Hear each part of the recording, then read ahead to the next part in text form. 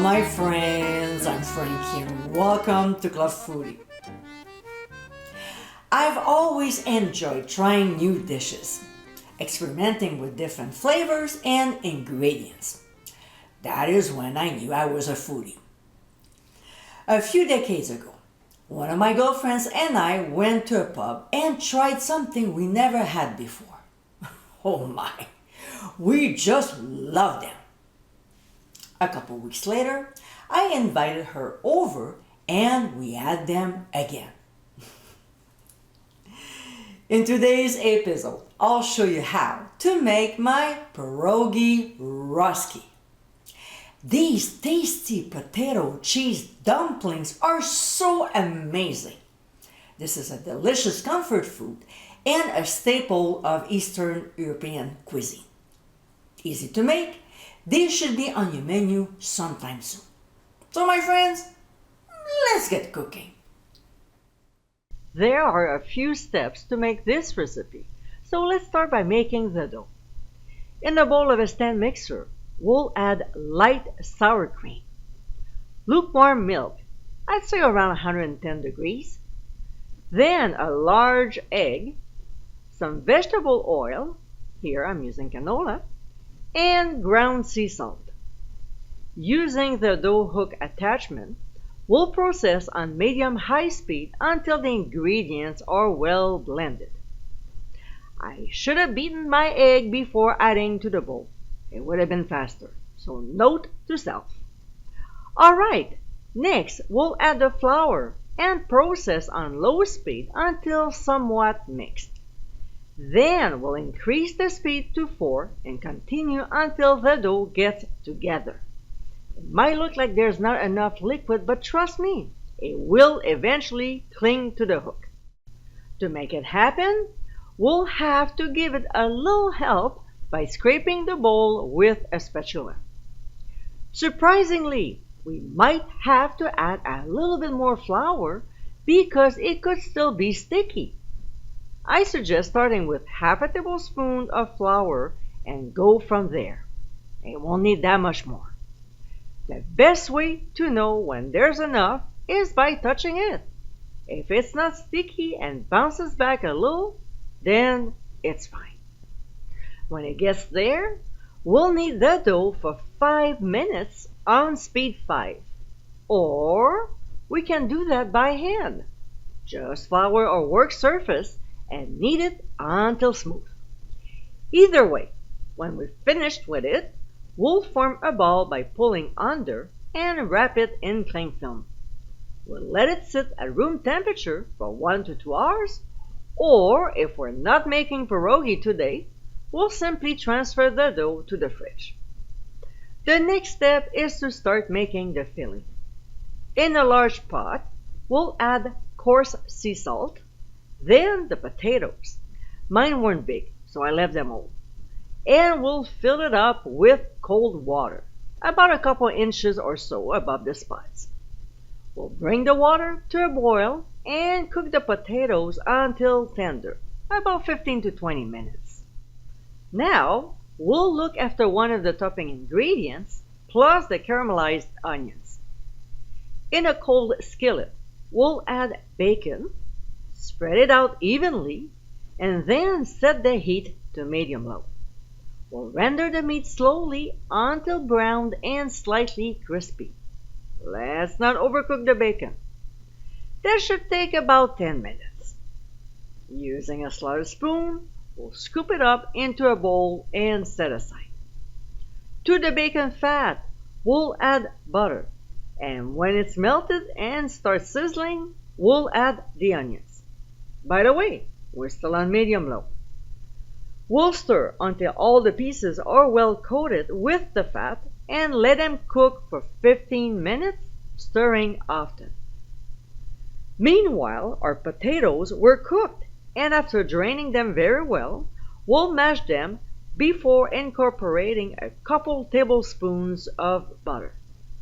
We'll also add sour cream, ground sea salt, freshly ground black pepper, a little bit of garlic salt, as well as hot paprika, but you can use mild instead.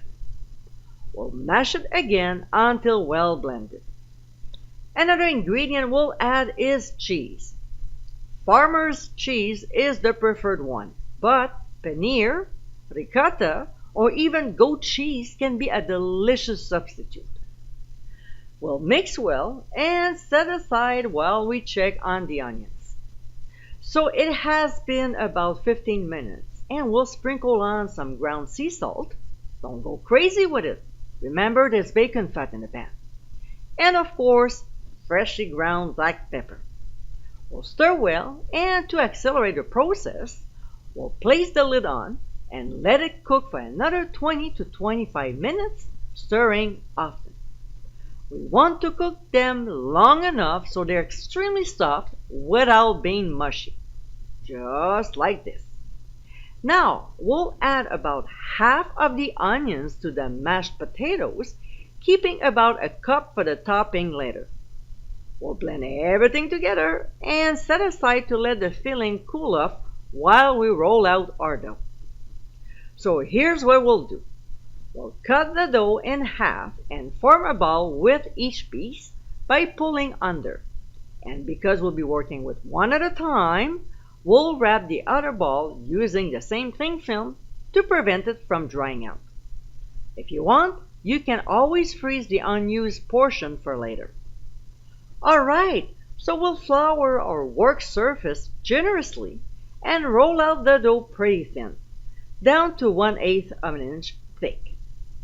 From here, we'll make circles using a 3.5-inch cookie cutter. You can always use a glass if you want. We'll end up with some trimmings, and we're not throwing it out. No. We'll reuse them. We'll put it on the side with the reserved dough, wrapping it as well so it doesn't dry out until we're ready to use it. Next, we'll scoop up about 1.5 tablespoons of our filling and place it in the center of each circle. Now we'll go ahead and take one circle and stretch the dough by starting right in the center and pinch it together. When the dough is sealed, we'll continue by stretching, pressing, and pinching, going around until we have some sort of a half moon. Make sure the dough is well sealed and there are no air pockets. If we want to make it look nicer, we can crimp the edges. And that's it. Easy peasy. At this stage, we can freeze them for later use. I explained everything on the blog, so check it out. Once they're shaped, without crowding, we'll drop the pierogi in a pot of salted boiling water and boil them for 3 to 4 minutes. We'll carefully stir to prevent them from sticking. Most of the time, they will float like these, but if they don't, it's fine. They're cooked. So a few minutes later, we'll scoop them up using a spider strainer and transfer them to a large skillet over medium heat. We'll cook the pierogi in a single layer in 1 tablespoon of butter until golden brown, about 3 to 4 minutes per side, or until done to your liking. David and I enjoy having ours like this, while you might prefer them lighter or darker, so cook them accordingly.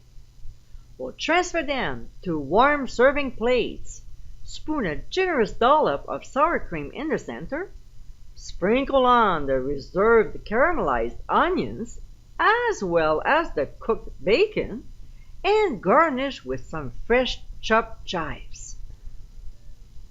And my friends, these are our Pierogi Ruskie. This is what I call an old-fashioned comfort food. These potato cheese dumplings are so tasty and an amazing recipe to have on hand. It may be a simple dish, but it's so satisfying. Certainly worth the time it takes to make them. I hope you give it a try soon, and be sure to visit clubfoodie.com for ingredient amounts, directions, and more info. Until next time, my friends, bon appétit!